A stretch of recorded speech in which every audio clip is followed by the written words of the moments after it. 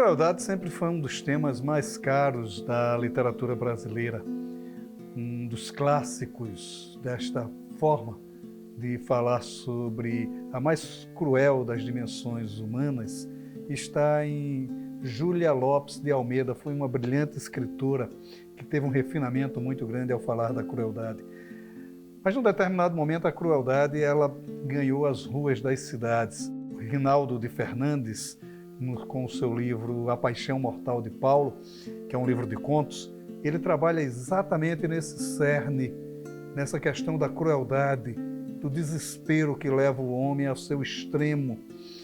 E é sobre isso que a gente vai conversar nessa entrevista, o extremo da crueldade humana.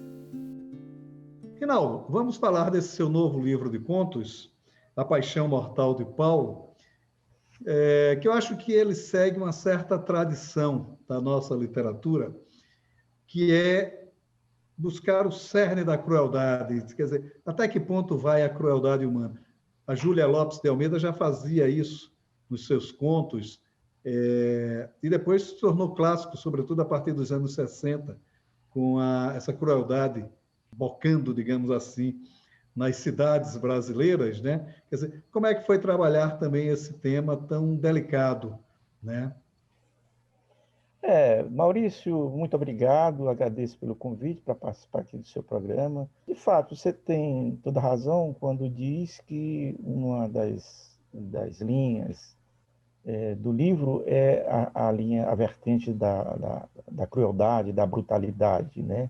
E, de fato, mesmo antes dos anos 60, com o Rubem Fonseca, você já tem autores e já tem também a violência como um elemento que, se não entra centralmente em certas narrativas, pelo menos há cenas muito violentas e que a gente precisa reconhecer. Já no Machado de Assis você tem situações, né, de muita violência, né?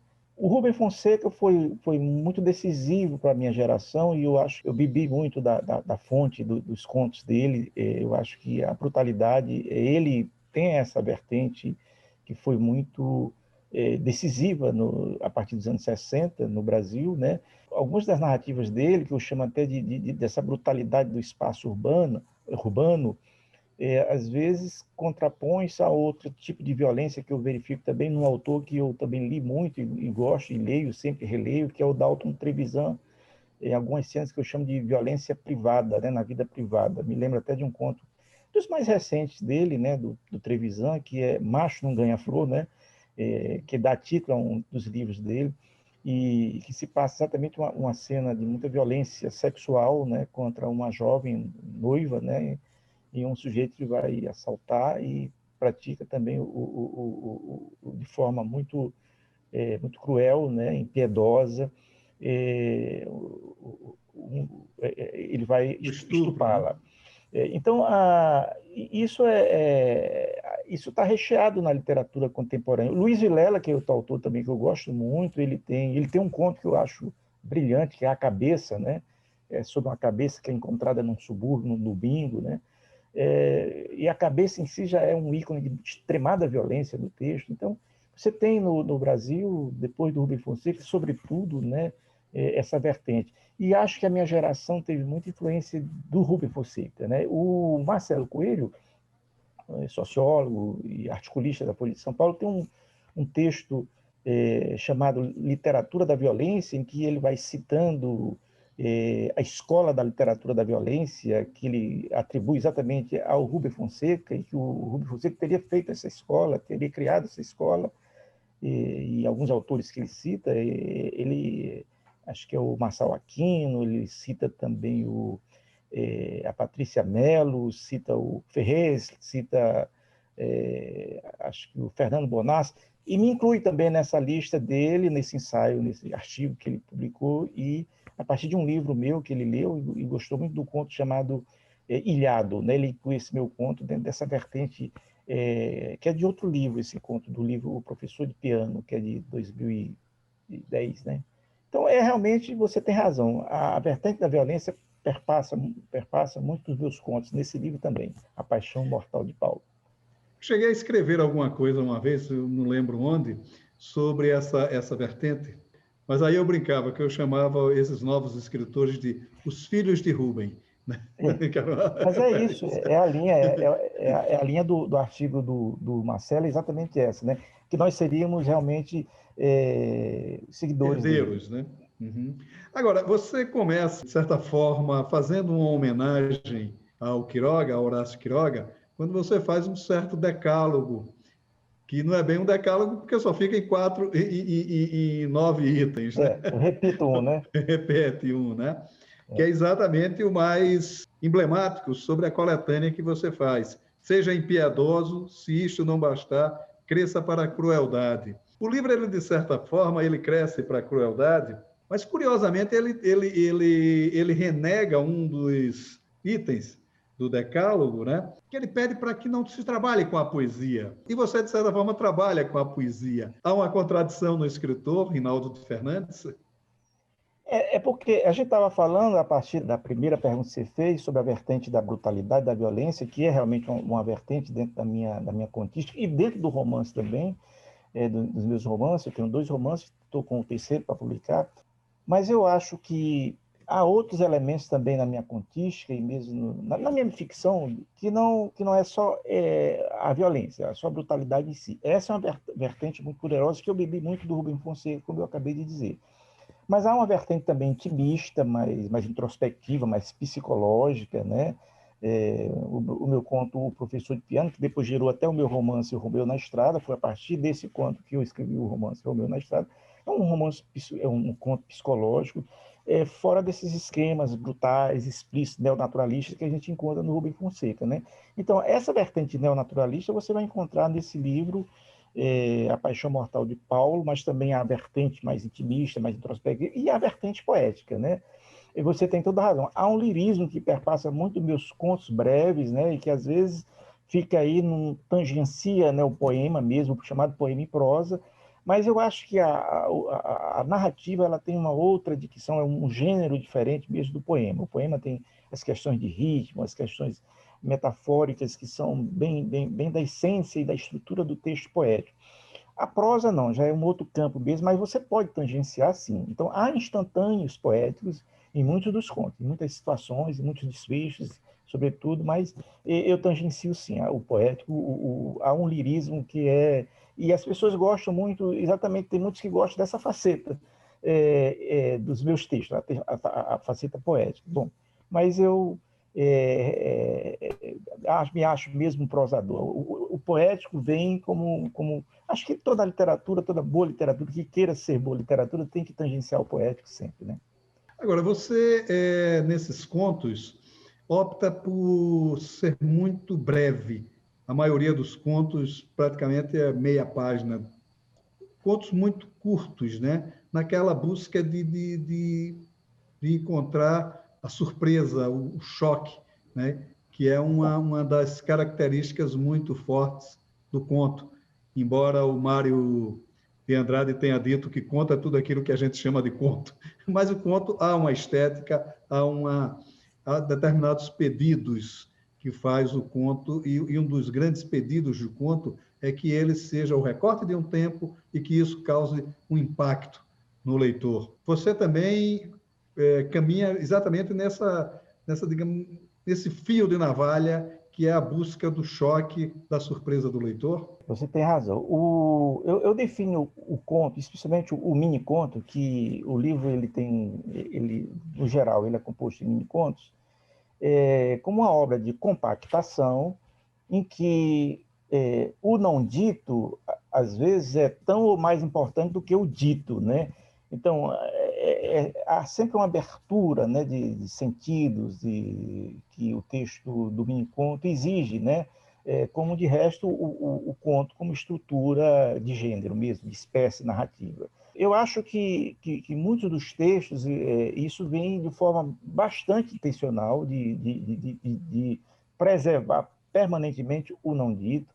Até um dos itens do meu decálogo, eu digo assim: não bata palmas para o leitor, né? Você lembra que eu digo isso?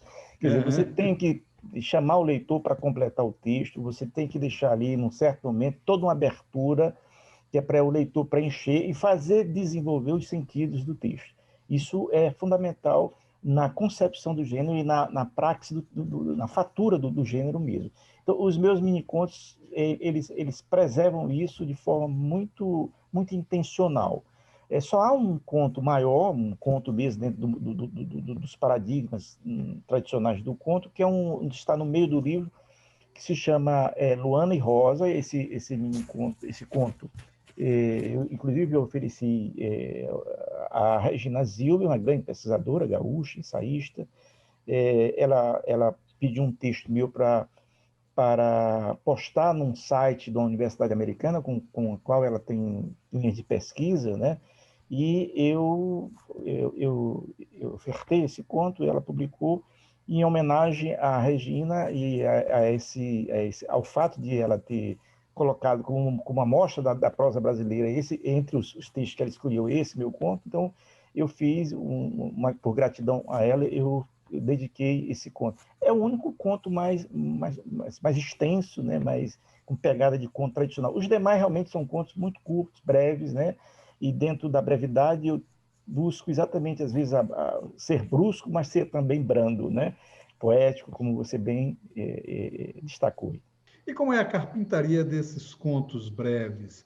Porque ele exige um cuidado maior, ele exige uma carpintaria maior. Você, como Dalton Trevisan, escreve um longo texto e vai descarnando, né, até chegar ao osso. Quer dizer, como é a carpintaria desses contos? O Dalton tem uma frase dele que eu gosto muito, que ele dizia assim, né? Uma vida é curta para se escrever um conto, né? Quer dizer, pelo grau da exigência que o gênero traz para todo contista. Realmente é um trabalho exaustivo com a frase, com o parágrafo, com a estrutura do personagem, a situação que você está ali emoldurando, né? O que você pretende passar com essa situação e o chamamento que você faz para o leitor. Então, a construção mesmo da linguagem, né? Eu sou um escritor daqueles que me preocupam exaustivamente com a linguagem. Eu acho que isso é o fator mais importante em literatura. Eu sempre faço uma analogia da literatura com uma escultura. Eu sempre penso na ideia de esculpir. Quando eu escrevo, eu não escrevo, eu estou esculpindo, né? Eu gosto de fazer essa analogia. Eu esculpo o meu conto, o meu romance. Enquanto não tiver tudo ali, o detalhezinho, cada frase no seu lugar certo, eu não dou não me entrego, né? Não dou o texto por resolvido. Então, é uma carpintaria mesmo. Eu faço isso exaustivamente, e enquanto a palavra mais certa para a frase mais correta não estiverem ali acopladas no parágrafo que eu quero, não resolvo. Então, realmente, eu não sou muito exigente comigo mesmo. Antes de eu exigir que o leitor ou queira ter os meus leitores, eu faço uma exigência comigo mesmo o tempo todo, aquela fala do Drummond, aquele verso do Drummond que diz assim: lutar com a palavra é a luta mais ampla, mas a gente luta mal, rompe a mão. Eu tenho, toda vez que estou escrevendo, eu tenho esses versos em mente, porque eu vivo o texto permanentemente e as palavras do texto. Então, a musicalidade, porque o escritor ele luta com isso, sentidos e sons, sonoridade. Então, não tem a melhor música, o melhor sentido. Isso em essência, é o que faz a linguagem do texto, né? Enquanto eu não resolvo esses dilemas de sentido, de sons, eu não dou o texto por satisfeito, né? Então, é carpintaria, a palavra é essa mesmo. Em 1963, um delegado de polícia do Rio de Janeiro resolve se lançar na literatura. Lança um livro de contos brilhante chamado Os Prisioneiros, e que se torna um clássico da literatura cruel. Ele trabalha com marginais, com pessoas que sobrevivem ali pelo Rio de Janeiro, bem tenso, bem doente, né? Um Rio de Janeiro complicadíssimo. O Delegado acabou se tornando um dos clássicos de nossa literatura e influenciou, a partir dos anos 60, toda a literatura que veio em seguida.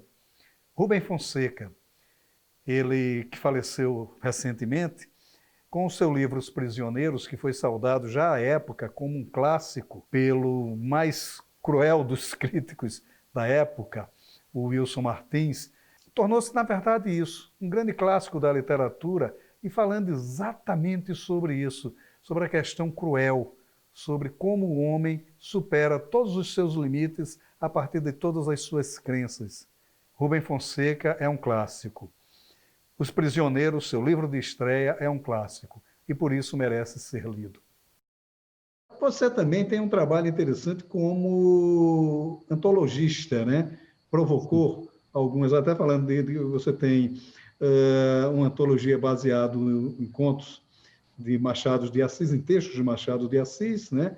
E, enfim, em canções do Chico Buarque também você chegou a organizar. Como é organizar essas antologias também? Como é esse trabalho de você saber que o texto vale para entrar numa antologia? É muito interessante essa sua pergunta, Maurício, porque eu tenho três segmentos de atuação no meu trabalho de escritor. Eu sou ficcionista, né? Sou romancista, sou contista, tenho já 4 livros de contos publicados, 2 romances e um terceiro romance que eu vou publicar no ano que vem. Já são 7 livros de ficção, né? E tenho 8 antologias que eu organizei entre ensaios e contos, né? E também, que seria a segunda vertente do meu trabalho. E a terceira seria o meu trabalho de crítico, de ensaísta, né? Eu tenho um livro de ensaios publicado pela editora Garamond, do Rio de Janeiro, e tenho uma coluna no jornal Rascunho, que também você colabora, né? O jornal Rascunho de Curitiba. Há 18 anos que eu assino uma coluna chamada Rodapé. E lá eu tenho uma certa liberdade de escrever temas múltiplos, variados, né? Então, esse é um trabalho, o exercício da crítica também me cativa muito, né? Tanto é que já são 18 anos com essa coluna, além do meu trabalho acadêmico de professor universitário e que atua e está sempre publicando também aí em textos acadêmicos.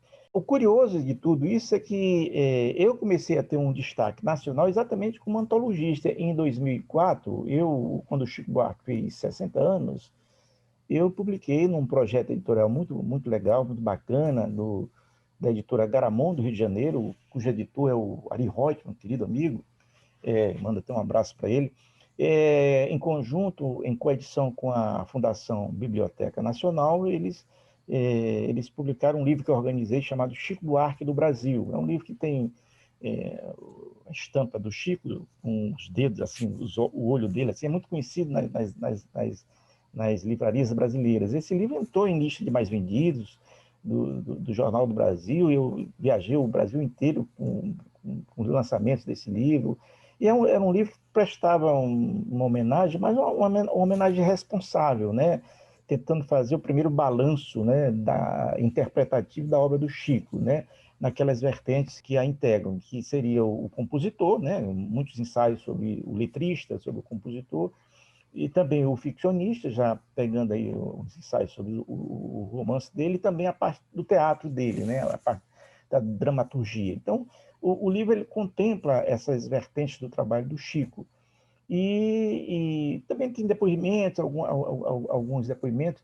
Na época eu tentei uma entrevista com ele, mas ele não conseguia essa entrevista. Mas foi um livro que prestou homenagem aos 60 anos dele, mas, como eu falei, uma homenagem responsável, porque eu não pedi que fosse aquele tipo de texto encomiástico, de louvor, não, que fossem análises objetivas, distanciadas do trabalho dele. E, felizmente, foram textos muito argutos, muito bem equilibrados, e o livro é muito equilibrado, embora seja um livro que presta homenagem, mas é um livro muito de análise muito objetiva do trabalho do Chico.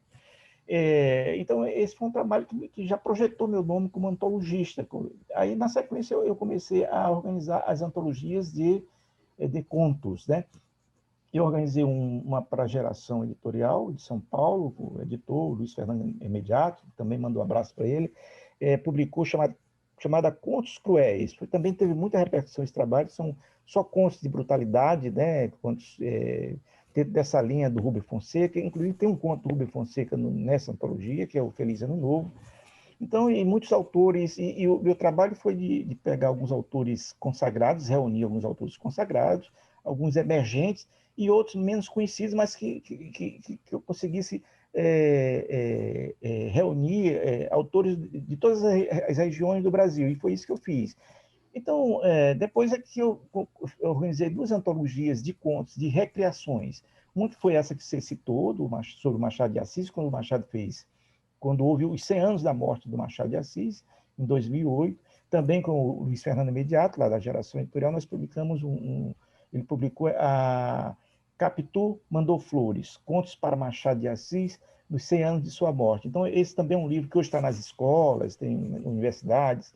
Eu mesmo, em aulas, aplico muito dos contos. Então, é um trabalho que fez... eu peguei uma ideia que já tinha sido feita e desenvolvida nos anos 70 pelo Osman Lins, né, que fez uma coletânea de recriações de um único conto do Machado, que foi o Missa do Galo. E chamou 6 escritores brasileiros que fizeram recriações sobre vários pontos de vista, né? E aí eu tomei essa ideia e ampliei. Eu não tive uma ideia original, não. A ideia original foi do Osman Lins. O que eu fiz foi apenas pegar a passada de bola do Osman Lins e, para homenagear os 100 anos da morte do Machado, eu ampliei o projeto.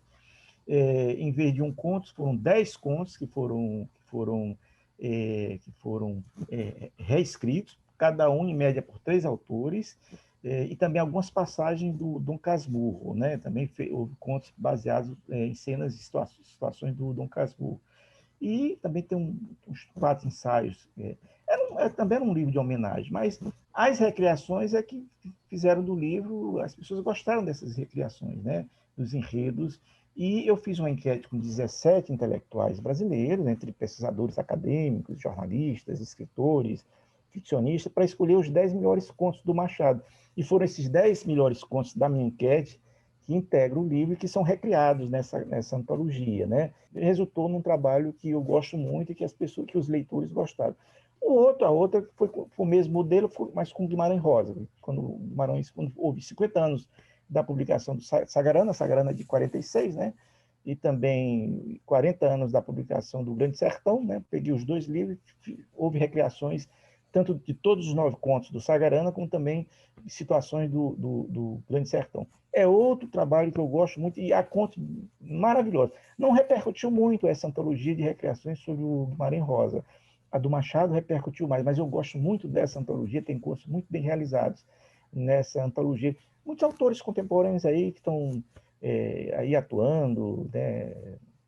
O André Santana, o Pedro Salgueiro, do Ceará, o Marcelino Freire, o Marcelo, o Nelson de Oliveira, queridos amigos aí de São Paulo, do Sudeste, muita gente boa está nessa coletânea. Uma coisa mais rapidinha assim sobre o seu novo romance, porque você, de certa forma, fala da contemporaneidade. O seu romance anterior, o Romeu na Estrada, fala sobre a ditadura militar. Qual é a temática desse novo romance? Bom, esse novo romance, eu tenho, estruturalmente, Maurício, eu vou fechar uma trilogia, né, de romance. A trilogia do trágico familiar. Os 3 romances têm situações trágicas que envolvem famílias, né? O meu primeiro romance, que é Rita no Pomar, que foi finalista do Prêmio São Paulo de 2009, né? Eu publiquei em 2008, pela editora Sete Letras, do Rio de Janeiro, e em 2009 ele foi finalista do Prêmio São Paulo. Então, nesse romance, que já foi objeto de vários estudos acadêmicos, de teses, de dissertações, e já foi até roteirizado para virar um longa, ainda está aí rolando esse longa, que é do Marcos Vilar, um cineasta da Paraíba, que quer transformá-lo num longa, o romance, e está precisando da grana para fazer o filme, mas foi um livro que me surpreendeu muito, surpreendeu positivamente. Eu não esperava que a recepção dele fosse, já caiu em vestibulares e tal, mas envolve, é uma história de muita tragédia familiar, que envolve a Rita, que é uma paulistana que vai passar, que termina cometendo um assassinato em São Paulo e vai viver numa praia paradisíaca da Paraíba, né? Então, o enredo é por aí, e no final ele é um livro bem fragmentado, mas não é de um experimentalismo com pouca comunicabilidade. Eu gosto do experimentalismo que consegue comunicar bem, se comunicar bem com o leitor. Aquele experimentalismo muito fechado não me interessa, mas eu fragmento o livro, tem procedimentos bem um tanto experimentais nesse livro. O segundo livro também envolve tragédia familiar, envolve uma família de um torturador, né, de um militar que, da época da ditadura, né, se passa o enredo no contexto da ditadura, e também envolve tragédias familiares. E partiu, tanto o Rita no Pomar partiu de um conto chamado Rita e o Cachorro. Eu publiquei no meu livro de 2005, O Perfume de Roberta, esse conto. Depois eu desenvolvi o romance a partir desse conto, e como também o segundo romance, O Romeu na Estrada, foi a partir do conto O Professor de Piano, né, que deu título a um livro de 2010. Então, normalmente os meus romances partem de um conto. Como você pergunta, por quê? Você não se realizou? Me realizo no conto. Mas eu também tenho necessidade de me prolongar, de escrever a história mais extensa. Por isso é que eu também sou romancista. Então, eu não me contenho. Você vê que eu acabo de publicar um livro de contos breves, de mini-contos, mas boa parte agora para um romance. Então, eu fico nesses extremos porque eu tenho a necessidade de atuar nos dois gêneros. É uma necessidade mesmo que me vem. Então, o segundo livro partiu também de um conto, e esse terceiro romance, que ainda não tem um título, né? Tem um título provisório, mas eu não queria decliná-lo agora.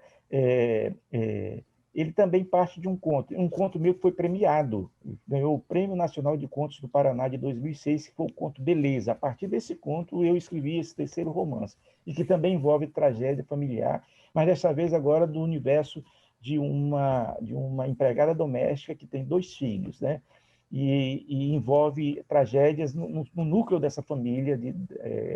Aí você tem também um romance que se passa, que tangencia a classe média brasileira, porque as relações dessa empregada com os patrões e também com os filhos, né? E realmente é um romance muito trágico, e que fecho com ele essa minha trilogia do trágico familiar. Por enquanto é o que eu posso dizer sobre esse novo romance, mas pretendo publicá-lo no ano que vem. Rinaldo, muito obrigado pela sua participação aqui no Leituras. Foi uma ótima conversa. Muito obrigado. Eu que agradeço, Maurício, mais uma vez o convite de estar aqui nesse seu programa, que muito incentiva e que dá uma boa expressão, né, um panorama do que está acontecendo nas publicações e a vida literária brasileira contemporânea. Muitíssimo obrigado.